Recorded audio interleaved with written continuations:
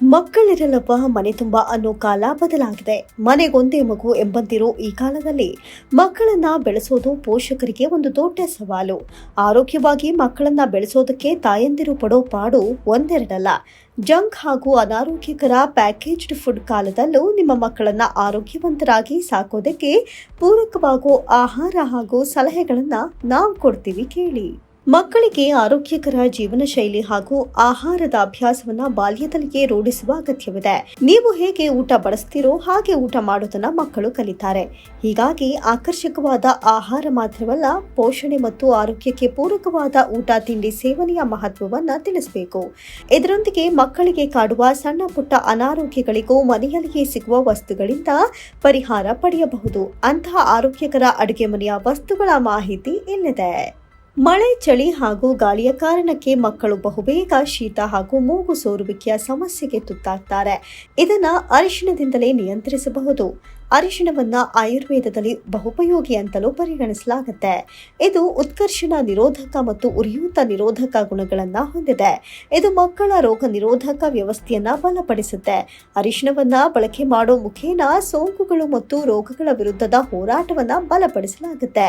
ಪ್ರತಿದಿನ ಅಡುಗೆಯಲ್ಲಿ ಅರಿಶಿಣ ಬಳಸಿ ಅಥವಾ ಹಾಲಿಗೆ ಸ್ವಲ್ಪ ಅರಿಶಿಣ ಪುಡಿ ಬೆರೆಸಿ ಮಕ್ಕಳಿಗೆ ಕುಡಿಸಿ. ಪ್ರತಿ ಮನೆಯಲ್ಲೂ ಸುಲಭವಾಗಿ ಸಿಗುವ ತುಳಸಿ ಸಂಜೀವಿನಿಯಂತೆ. ತುಳಸಿಯಲ್ಲಿ ಔಷಧೀಯ ಗುಣಗಳ ಭಂಡಾರವೇ ಇದೆ. ಇದರಲ್ಲಿ ವಿಟಮಿನ್ ಎ ಮತ್ತು ವಿಟಮಿನ್ ಸಿ ಇದೆ. ಇದು ರೋಗ ನಿರೋಧಕ ಶಕ್ತಿಯನ್ನ ಹೆಚ್ಚಿಸಬಹುದು ಮತ್ತು ಗಂಟಲು ಮತ್ತು ಉಸಿರಾಟದ ಸೋಂಕುಗಳ ವಿರುದ್ಧ ಹೋರಾಡಲು ಸಹಾಯ ಮಾಡುತ್ತೆ. ತುಳಸಿ ಎಲೆಗಳ ರಸವನ್ನ 1 ಸ್ಪೂನ್ನಷ್ಟು ಮಕ್ಕಳಿಗೆ ಕೊಡೋದ್ರಿಂದ ಶೀತ ಸಮಸ್ಯೆಯಿಂದ ಪರಿಹಾರ ಪಡೆಯಬಹುದು. ಜೇನುತುಪ್ಪದಲ್ಲಿ ಬ್ಯಾಕ್ಟೀರಿಯಾ ವಿರೋಧಿ, ಸೂಕ್ಷ್ಮಜೀವಿ ವಿರೋಧಿ ಮತ್ತು ಉತ್ಕರ್ಷಣ ನಿರೋಧಕ ಗುಣಗಳು ಹೆಚ್ಚಿನ ಪ್ರಮಾಣದಲ್ಲಿವೆ.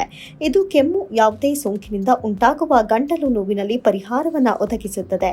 ಹೀಗಾಗಿ ಶೀತದ ಸಂದರ್ಭದಲ್ಲಿ ತುಳಸಿ ರಸದೊಂದಿಗೆ ಅಥವಾ ಅರಿಶಿಣ ಪುಡಿಯೊಂದಿಗೆ ಜೇನುತುಪ್ಪ ಬೆರೆಸಿ ಮಕ್ಕಳಿಗೆ ತಿನ್ನಿಸುವುದು ಪರಿಣಾಮಕಾರಿ. ಭಾರತೀಯರ ಅಡುಗೆ ಮನೆಯಲ್ಲಿ ಹೆಚ್ಚಾಗಿ ಕಾಣಸಿಗುವ ಶುಂಠಿ ಉತ್ತಮ ಆಯುರ್ವೇದದ ಔಷಧಿಯಾಗಿದೆ.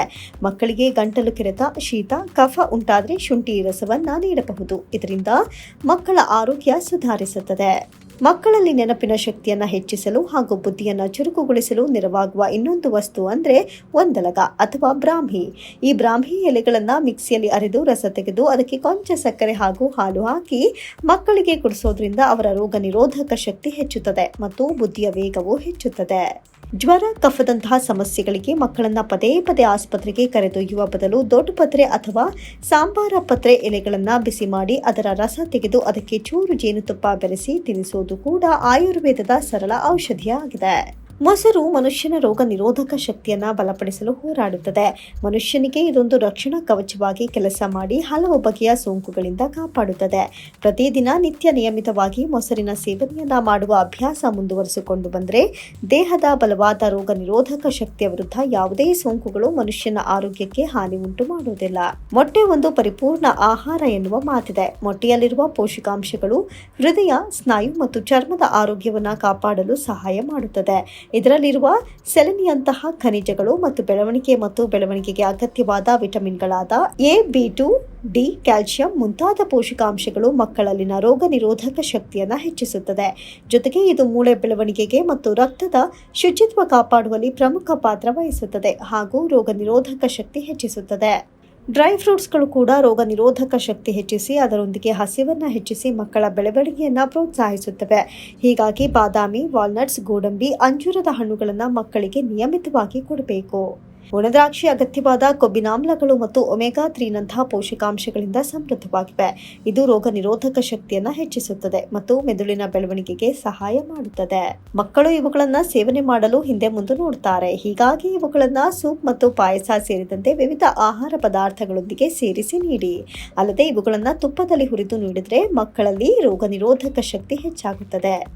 ರಾತ್ರಿ ವೇಳೆ ಒಂದು ಬೌಲ್ನಲ್ಲಿ 1-2 ಗೋಡಂಬಿ, ದ್ರಾಕ್ಷಿ, ಖರ್ಜೂರ ನೆನೆಸಿ ಬೆಳಗ್ಗೆ ಅದಕ್ಕೆ 1 ಬೌಲ್ನಷ್ಟು ಹಾಲು ಬೆರೆಸಿ ಜ್ಯೂಸ್ ಮಾಡಿ ಕೊಡೋದು ಕೂಡ ಆರೋಗ್ಯವನ್ನ ಪೋಷಿಸುತ್ತದೆ. ತರಕಾರಿಗಳನ್ನ ಚೂರು ಉಪ್ಪಿನೊಂದಿಗೆ ಬೇಯಿಸಿ ಕೊಡೋದ್ರಿಂದಲೂ ಮಕ್ಕಳ ಪೋಷಣೆ ಪೂರ್ಣವಾಗುತ್ತೆ. ಅಲ್ಲದೆ ಇದು ಜೀರ್ಣಕ್ರಿಯೆಯನ್ನ ಉತ್ತೇಜಿಸುತ್ತದೆ. ಟಿವಿ ಜಾಹೀರಾತುಗಳಿಗೆ ಮರುಳಾಗಿ ಪ್ಯಾಕ್ ಮಾಡಿದ ಕೃತಕ ಬಣ್ಣಗಳನ್ನು ಒಳಗೊಂಡ ಆಹಾರ ಸೇವಿಸುವ ಬದಲು ಮನೆಯಲ್ಲೇ ಆಹಾರ ಮತ್ತು ಔಷಧ ಎರಡನ್ನೂ ಸಿದ್ಧಪಡಿಸಿ ಸೇವಿಸುವುದು ಮಕ್ಕಳ ಬೆಳವಣಿಗೆಗೆ ಸೂಕ್ತ ಅನ್ನೋದನ್ನು ಮಾತ್ರ ನಾವು ಮರೆಯಬಾರದು. ಲೈಕ್ ಮಾಡಿ, ಶೇರ್ ಮಾಡಿ, ಸಬ್ಸ್ಕ್ರೈಬ್ ಮಾಡಿ. ನೋಡ್ತಾ ಇರಿ ರಿಯಲ್ ಬೆಂಗಳೂರು.